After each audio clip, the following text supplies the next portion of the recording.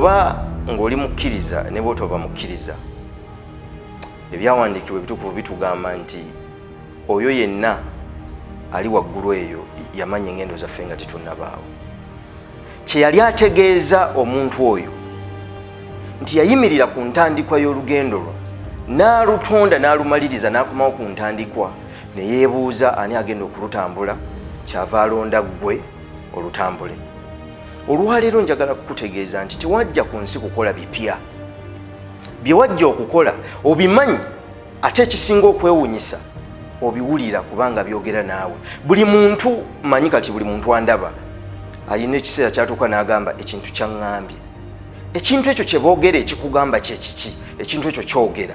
Wabula bw'obanga tokiwadde budde kukitegeera, ebiseera ebisinga n'olugendo lwo tolumanya.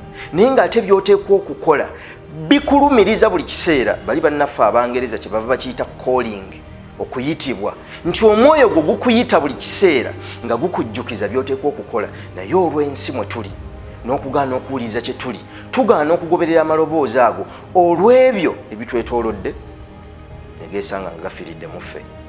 Olugendo lwo olumanyi, era ffe ekituleeta wano mu kanyomero kano naawe osobola kwe kukuyambako okukujjukiza n'okukutegeeza nti tandika okugoberera olugendo lwo. Ekirungi omwaka guno gutandika butandisi 2020. Tandika okugoberera olugendo lwo oluzuule. Mu lugendo lwo mwe muli obusukkulumu bwo, mwe muli amaanyi go. Sisangangayo kyennyanja kyagala kubuuka, sisangangayo kinyonyi kyagala kuwuga, sisangangayo peera lisantula. Zuula olugendo lwo, ekyo kyennyini ky'ozudde ky'oba okola kubanga mwe muli amaanyi go.